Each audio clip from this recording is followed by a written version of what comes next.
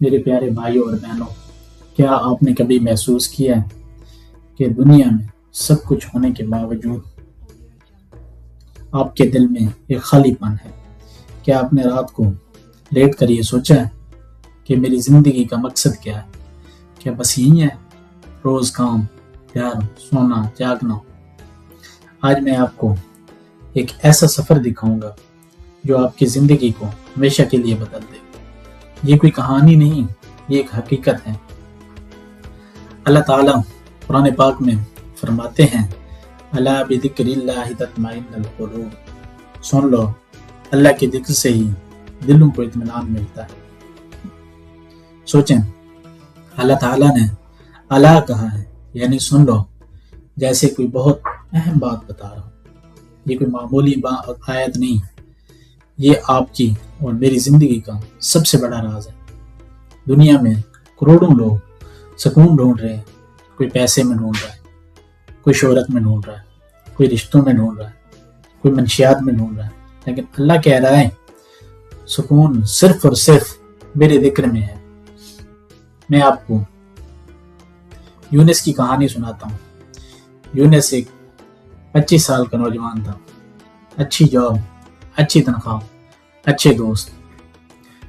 یونس کی زندگی پرفیکٹ ہے لوگ کہتے تھے، لیکن یونس خود جانتا تھا اندر سے وہ ٹوٹ چکا تھا۔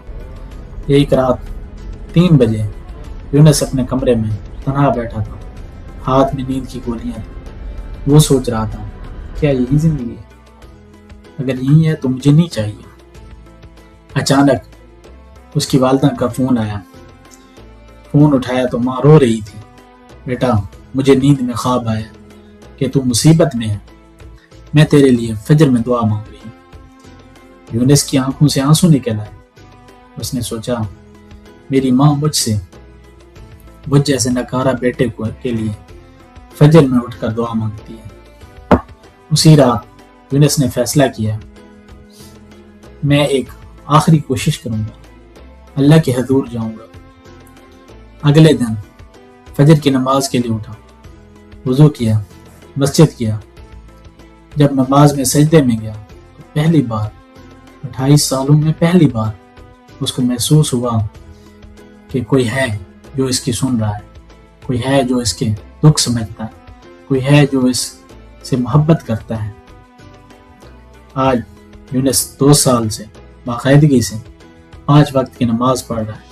وہ کہتا ہے، میں نے دنیا میں سب کچھ آزمایا، لیکن سکون صرف سجدے میں ملا۔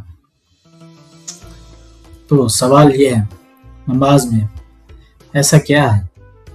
آئیں آج ہم سمجھتے ہیں نماز کیوں اتنی ضروری ہے۔ نماز اللہ سے ملاقات ہے۔ رسول اللہ صلی اللہ علیہ وآلہ وسلم نے فرمایا، جب کوئی بندہ نماز میں کھڑا ہوتا ہے تو وہ اپنے رب سے سرگوشی کر رہا ہوتا ہے۔ سوچیں، دنیا کے کسی بڑے آدمی سے ملنے کے لیے آپ کو ہفتوں پہلے اپوائنٹمنٹ چاہیے، لیکن کائنات کے مالک سے آپ دن میں 5 بار بات کر سکتے ہیں۔ کوئی واسطہ نہیں، کوئی بیچ میں نہیں، سیدھا اللہ سے۔ نماز دل کی صفائی ہے۔ رسول اللہ صلی اللہ علیہ وآلہ وسلم نے ایک مثال دی، اگر تمہارے گھر کے سامنے ایک نہر ہو اور تم دن میں 5 بار نہ ہو تو کیا تم پر کوئی میل باقی رہے گا؟ صحابہ اکرام رضی اللہ تعالیٰ عنہ نے کہا، نہیں یا رسول اللہ صلی اللہ علیہ وسلم۔ تو آپ صلی اللہ علیہ وسلم نے فرمایا، یہی حال ہے 5 وقت کی نماز کا، یہ گناہوں کو دھو دیتی ہے۔ نماز ذہنی سکون ہے۔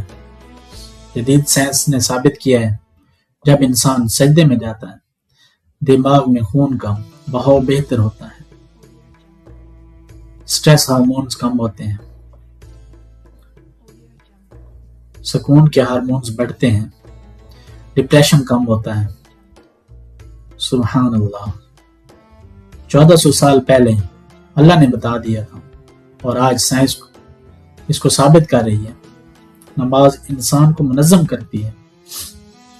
سوچیں، فجر کی نماز کے لیے صبح جلدی اٹھنا پڑتا ہے، ظہر کی نماز کے لیے دوپہر میں وقفہ لینا پڑتا ہے، عصر اور مغرب عشاء میں پورا دن منظم ہو جاتا ہے۔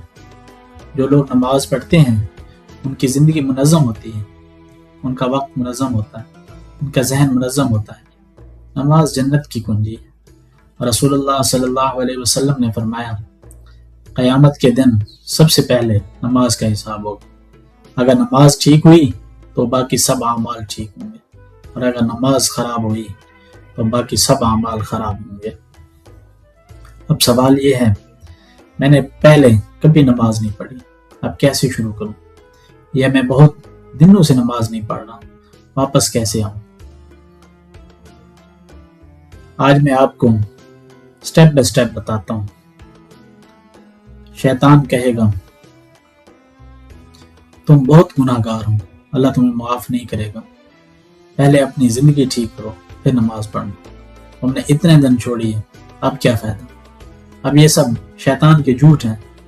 اللہ تعالیٰ قرآن پاک میں فرماتے ہیں قُلْ يَا عِبَادِيَ الَّذِينَ أَسْرَفُوا عَلَىٰ أَنفُسِهِمْ لَا تَقْنَطُوا مِن رَحْمَتِ اللَّهِ إِنَّ اللَّهَ يَغْفِرُ الذُّنُوبَ جَمِيعًا۔ اے میرے بندو، جنہوں نے اپنی جانوں پر زیادتی کی ہے، اللہ کی رحمت سے مایوس نہ ہو، بے شک اللہ تمام گناہ معاف فرماتا ہے۔ آپ کو فوری طور پر 5 وقت کی نماز نہیں پڑھنی، ایک سے شروع کریں، بے شک فجر کی نماز سے شروع کریں، سب سے برکت والی نماز ہے۔ پہلے ہفتے صرف فجر کی نماز کا عہد کریں، الارم لگائیں، اللہ سے مدد مانگیں، پھر آہستہ آہستہ باقی نمازیں شامل کریں۔ دوسرے ہفتے فجر پلس مغرب، تیسرے ہفتے فجر پلس مغرب پلس عشاء، اور آگے بڑھتے جائیں۔ اگر آپ کو نماز نہیں آتی